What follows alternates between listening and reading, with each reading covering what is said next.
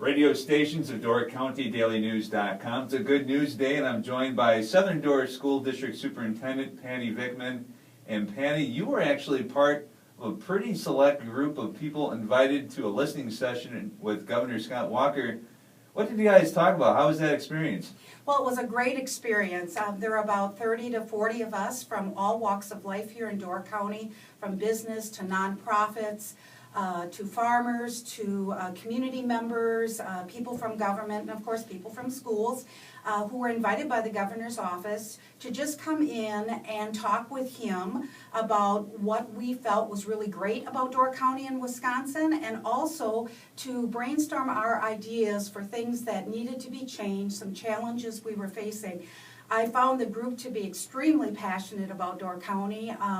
They were very supportive of many things. Of course, increasing school to work and getting our kids prepared to take over manufacturing jobs and engineering and those kinds of things that are here in Door County, promoting the tourism agency, industry, not only in the summer but also in the winter, and then of course looking at how government and local communities could work together.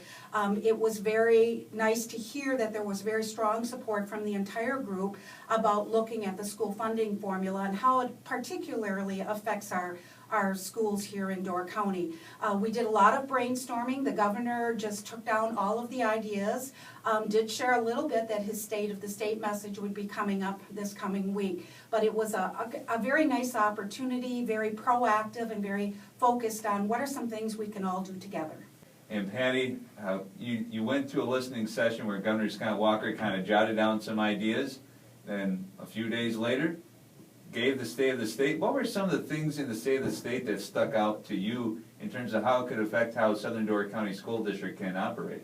Well, I think I was very pleased to see that there is going to be an attempt made by the state government to increase funds to public education.